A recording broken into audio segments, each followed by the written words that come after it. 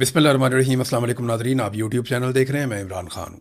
नाज़रीन, इमरान खान को जेल से निकाल कर कहाँ ले जाया गया, ये एक मुअम्मा बन गया। कोई नहीं जानता। लोग अस्पतालों की तरफ भागे, कोई यहाँ भाग रहा है, कोई वहाँ भाग रहा है। जुनेद अकबर, शाहिद खट्टक और बाकी लोग वो अपना अलग अलग क्लेम कर रहे हैं। मीडिया अपनी अलग खबर दे रहा है। एक्चुअली हुआ क्या, एक दो चीज़ें तो आप अपने जहन में रख लें कि अडियाला जेल की कोई भी खबर पाकिस्तान के नेशनल मीडिया पे एस्टेब्लिशमेंट की अप्रूवल के बगैर नहीं चलती।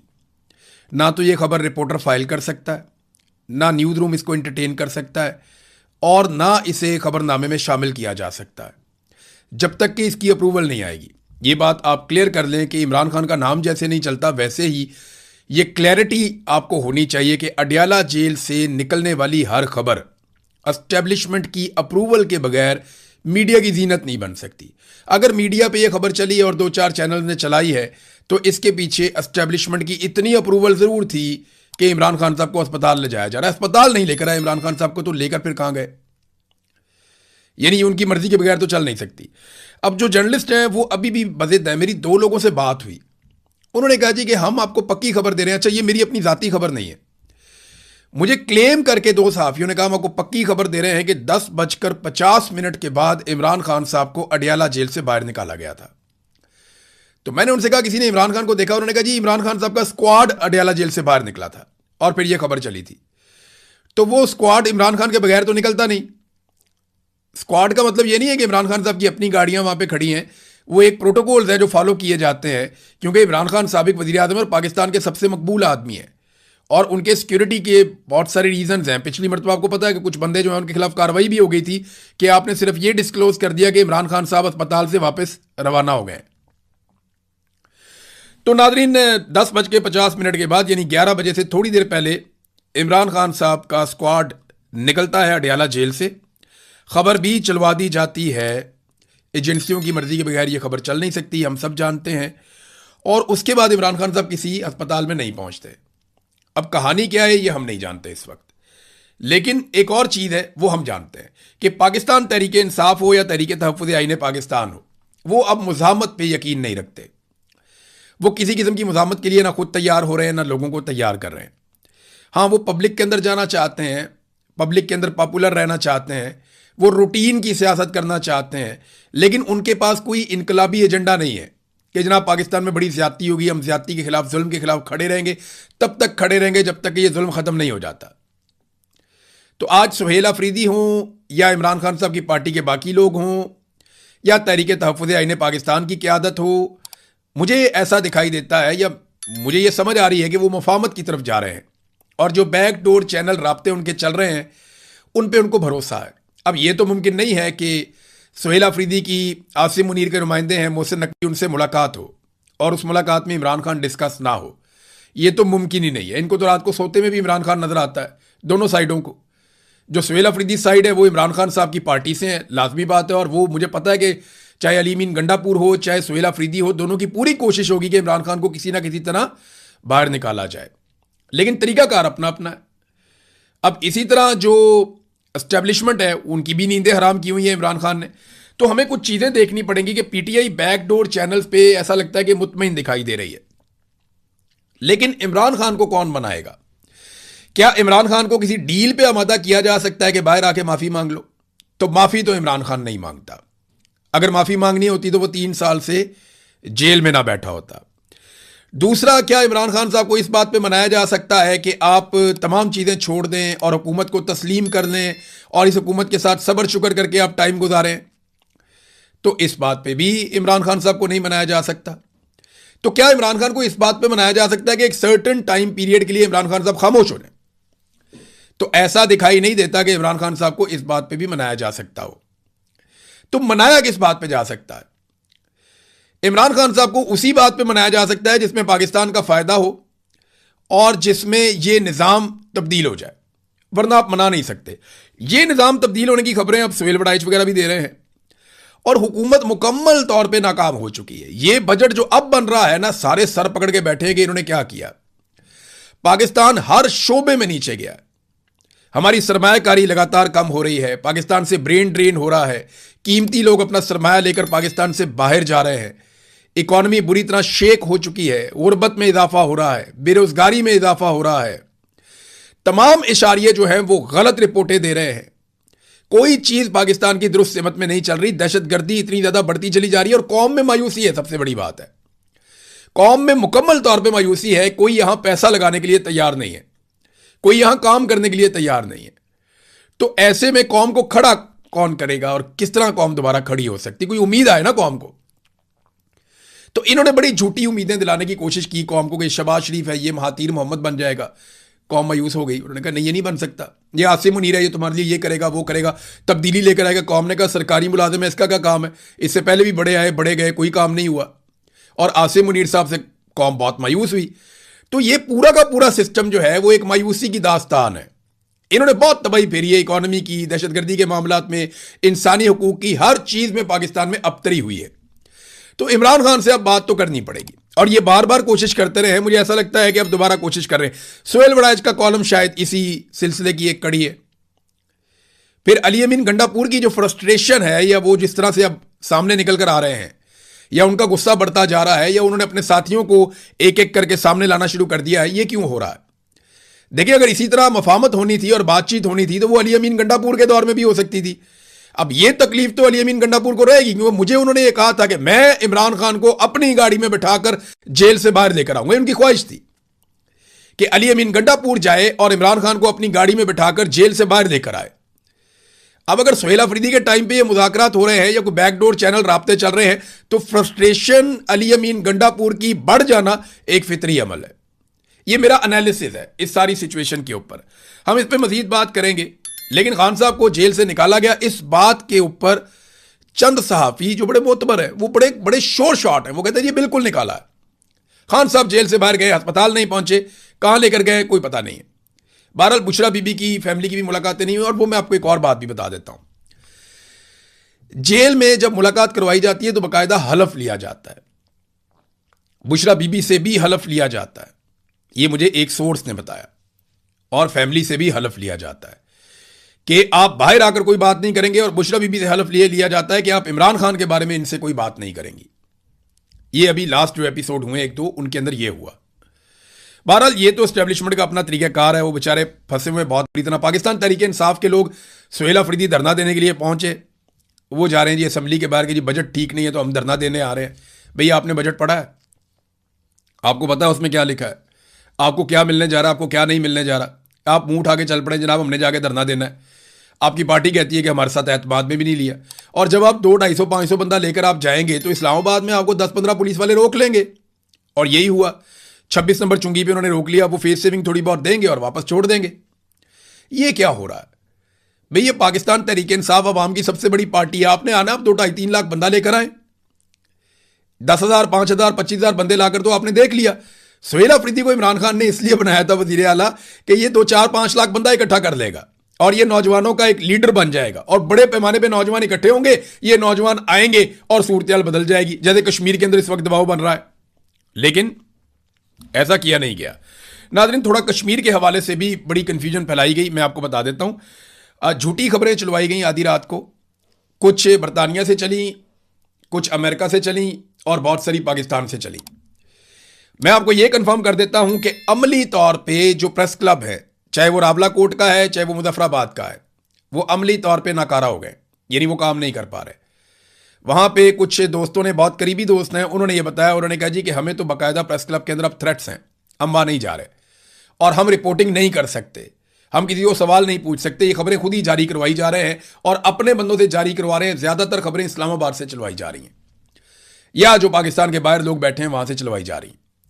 इन खबरों का जमीनी हकायक के साथ कोई ताल्लुक नहीं है। खबर चलाई गई जी आधी रात को, धरना खत्म हो गया, सारे लोग चले गए, अब कोई वापस नहीं आएगा। खबर यह चलवाई गई कि जनाब धरना खत्म हो गया। लेकिन हकीकत क्या है वो जरा आप ये देख लें कि बारिश हुई थी रात को। कश्मीर में इस वक्त भी रात को बारिश हो जाए ना, रावला कोट के इलाके में, तो बहुत ठंड हो जाती है। लोगों के पास कोई साहिबान तो था नहीं।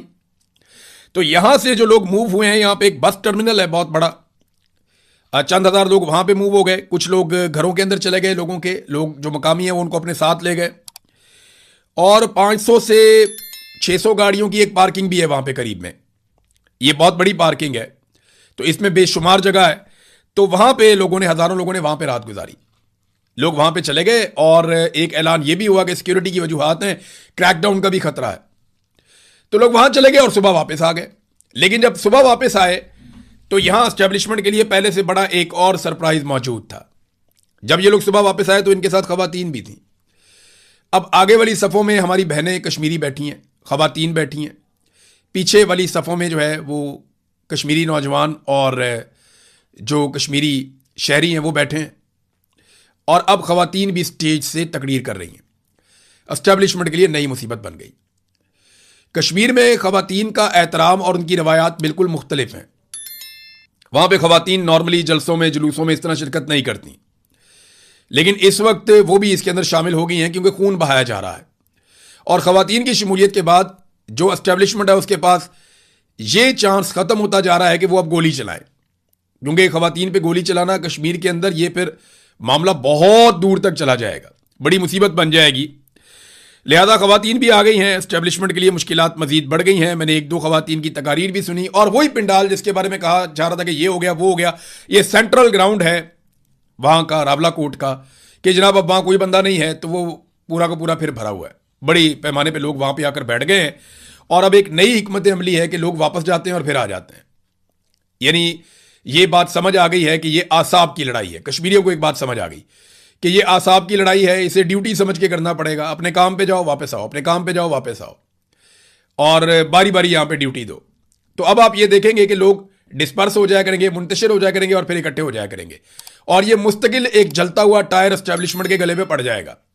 बैठ के बात करनी पड़ेगी, क्योंकि अभी भी देखें वहां पे आज़ाद कश्मीर में इंटरनेट, मोबाइल फोन, बहुत सारी सर्विसेज बंद की हुई हैं और क्रैकडाउन की तैयारियां की जा रही हैं। बल्कि ये खबरें दी जा रही हैं कि आज रात को कोई बहुत बड़ा क्रैकडाउन किया जाएगा। रात को सिक्योरिटी फोर्सेस के पास ये चांस था कि वो मैदान पे कब्जा कर लेते और वहां बैठ जाते, लेकिन नहीं कर पाए। मुझे लगता है कि जब दोबारा ये मैदान खाली करेंगे लोग, तो सिक्योरिटी फोर्सेस आएंगी और वो इस मैदान के ऊपर कब्जा करने की कोशिश करेंगी। लेकिन जो भी होगा हम उसको रिपोर्ट करेंगे, आपको बताएंगे कि सूरत हाल कहां तक गई। बहरहाल अभी नाजरीन यहां पाकिस्तान में बजट पेश किया जा रहा है और बजट के हवाले से जो खबरें हैं वो आम आदमी के लिए फिर उसी तरह है जिस तरह हमेशा होती हैं। यानी बहुत कम पाकिस्तान में ऐसा हुआ कि आम आदमी को बेहतर बजट मिला। अब 18,000 अरब रुपए से जायद का वफाकी बजट पेश किया गया। 4-5 चीजें मैं आपको बता दूं कि महंगाई जो बढ़ी है ना पाकिस्तान में, वो लगभग 200% बढ़ी है। 200% के करीब। यानी बिजली की कीमतें डबल से ज्यादा, गैस की कीमतें डबल से ज्यादा, पेट्रोल की कीमतें डबल से ज्यादा, और इनकी वजह से बाकी चीजों की कीमतें भी बढ़ गई हैं। आटे की जो बोरी 1100 रुपए की थी वो 3,000 के आसपास फिरती है। तो हर चीज की कीमत दुगनी से ज्यादा, 3 गुना 2 गुना ऐसे हो गई है। जबकि जो तनख्वाहों में इजाफा किया गया वो 7% और पेंशन में इजाफे की जो तजवीज है वो 7% है। यानी महंगाई लगभग 200% और तनख्वाहें और पेंशन बढ़ेगी सिर्फ 7%। तो गरीब आदमी का तो इन्होंने कचूमर निकाल के रख दिया है। एक और चीज है तरक्याती बजट। ये नाज़रीन वो सारी तरक्याती स्कीमें होती हैं जो आपके लिए बनती हैं। स्कूल, यूनिवर्सिटीज़, अस्पताल, प्ले ग्राउंड्स, बहुत सारी फैसिलिटीज़, बहुत सारे पुल, सड़कें, ये तरक्याती बजट इनके ऊपर होता है।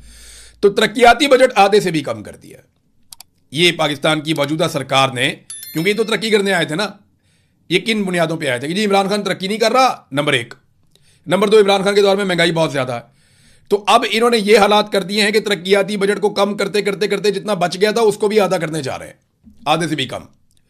एक तो अब आपके जितने पुराने बड़े प्रोजेक्ट हैं, ये वज़रा खुद मान रहे हैं कि वो अब नहीं चलेंगे।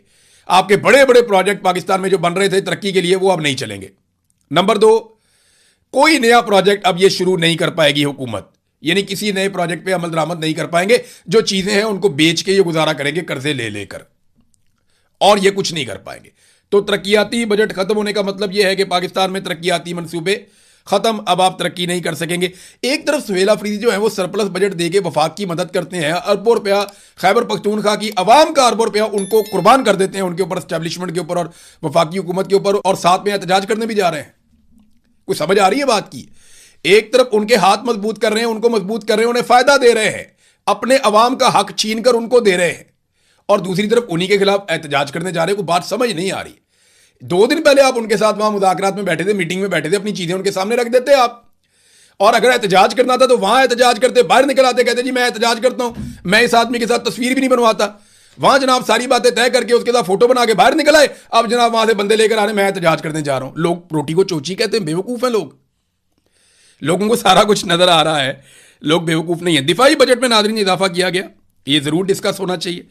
17.6% दिफाई बजट पाकिस्तान का बढ़ा दिया गया। बहुत अच्छा फैसला है, पाकिस्तान को अपना दिफा मजबूत करना चाहिए, लेकिन साथ ही साथ चंद चीजों की टाइमलाइन भी बतानी चाहिए। हमारे दिफा में जो मेन नुक्ता है, सबसे मेन नुक्ता वो ये है कि कश्मीर को आजाद करवाना है पाकिस्तान की फौज ने भारतीय फौज के साथ जंग करके, ये बताया गया हमें हमेशा। इसकी कोई टाइमलाइन बता दें कि अब बजट इतना ज्यादा बढ़ रहा है तो किस दिन कश्मीर आजाद हो जाएगा, थोड़ा ये भी बता दें। दूसरा ये बताएं कि इंटेलिजेंस एजेंसियों की नाकामियां खत्म करने का तरीकाकार क्या होगा, क्योंकि लगातार पाकिस्तान में दहशतगर्दी का ग्राफ ऊपर जा रहा है, ऊपर जा रहा है, ऊपर जा रहा है, ऊपर जा रहा है। तो ये दहशतगर्दी का ग्राफ नीचे कैसे आएगा, इसकी भी कोई टाइमलाइन बताएं, कैसे करेंगे। बजट जरूर बढ़ाना चाहिए, दिफा का बजट बढ़ाएं, लेकिन काम भी करें ना। आप जब भी किसी को पैसा देते हैं तो आप पूछते हैं कि तुमने कितना काम किया, क्या काम किया। तो बतौर पाकिस्तानी हमारी पूरी कौम का यह हक है कि हम पूछें कि जनाब हम इतना बड़ा दिफाई बजट दे रहे हैं, हमारे दिफा के लिए क्या किया जा रहा है। क्या कश्मीर आजाद करवा लिया जाएगा?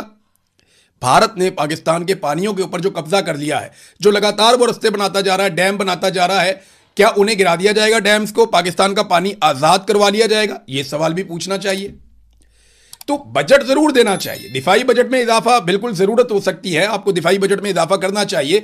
17.6% इजाफा किया, 70% भी कर लेते तो हमने क्या बिगाड़ लेना था। लेकिन सवाल तो पाकिस्तानी कौम पूछ सकती है ना कि कश्मीर आजाद कब होगा, पाकिस्तान का पानी जो है वो दुश्मन के कब्जे से कब छुड़वाया जाएगा, और पाकिस्तान में दहशतगर्दी कब खत्म की जाएगी। तो इन सवालात के जवाबों के साथ जो है वो एक टाइमलाइन दे दें, और साथ में दिफाई बजट जितना बढ़ाना है बढ़ाएं। डोनाल्ड ट्रंप ने नाजरीन एक ऐलान किया कि यूरोप के अंदर कहीं पे वो मुआहदा करेगा ईरान के साथ। लेकिन ट्रंप का दावा है कि जो मौजूदा खामनाई है, मुश्तबा खामनाई, उन्होंने मंजूरी दे दी है और कोई एमओयू साइन होने वाला है और कोई जंगबंदी का पक्का मुआहदा अमेरिका और ईरान के बीच में होने जा रहा है। और इसके लिए उन्होंने कहा कि यूरोप के किसी मुल्क पे हम ये करेंगे। ये तो पाकिस्तान में होना चाहिए था, क्योंकि सालिस पाकिस्तान है। जब अमेरिका का कोई साथ नहीं दे रहा था तो पाकिस्तान साथ दे रहा था। तो मैं आपको ये बता देता हूं कि जो टास्क दिया गया था पाकिस्तान के फील्ड मार्शल को डोनाल्ड ट्रंप की जानिब से, वो एज इट इज नहीं हो पाया। अमरीकी शराइत के ऊपर पाकिस्तान ईरान को नहीं ला पाया। ईरानियों ने अपने हकूक सरेंडर नहीं किए। ईरानियों ने जंगबंदी का वो तरीकाकार कबूल नहीं किया जिसमें जिल्लत हो। और यही टास्क था जो मिला था पाकिस्तान को कि आपने अमेरिका और ईरान की जंगबंदी करवानी है, लेकिन इस तरीके से करवानी है कि उसमें अमेरिका को बहुत बड़ी फेस सेविंग मिले और ईरान थोड़ा बैकफुट पे जाए। तो ईरान ने वो कबूल नहीं किया। हाँ, ईरान ने ये जरूर कहा कि सालसी होनी चाहिए, मुज़ाकरात होने चाहिए, मुआहदा होना चाहिए, ये वो कबूल करता है। लेकिन पाकिस्तान जो मनवाना चाह रहा था, अमेरिका जो पाकिस्तान के जरिए करना चाह रहा था, पाकिस्तान वो डिलीवर नहीं कर पाया। अगर पाकिस्तान वो डिलीवर करता तो याद रखिए ये मुआहदा पाकिस्तान के अंदर होता। वैसे होना पाकिस्तान में ही चाहिए, पाकिस्तान ने बड़ी कोशिश की है इसके बारे में, लेकिन ट्रंप कह रहे हैं कि जनाब यूरोप के अंदर होगा। तो अमरीकी शराइत और ईरानी शराइत जिस जगह पे जाके मर्ज हो जाएंगी ना, वहां ये मुआहदा हो जाएगा। और अगर यही मुआहदा होना था जो अमेरिका को अब दिखाई दे रहा है, तो ये तो ईरान के साथ अमेरिका खुद भी कर सकता था, या कतर भी करवा सकता था, या कोई भी मुल्क करवा सकता था। बहरहाल अब देखते हैं कि ये यूरोप में जाकर होता है, किसी और मुल्क में होता है, कहां पे होता है। इन चीज़ों पे हम नज़र रखेंगे, आपके साथ शेयर करते रहेंगे। अब तक के लिए इतना ही। अपना ख्याल रखिएगा, अपने इस चैनल का भी। अल्लाह हाफिज़।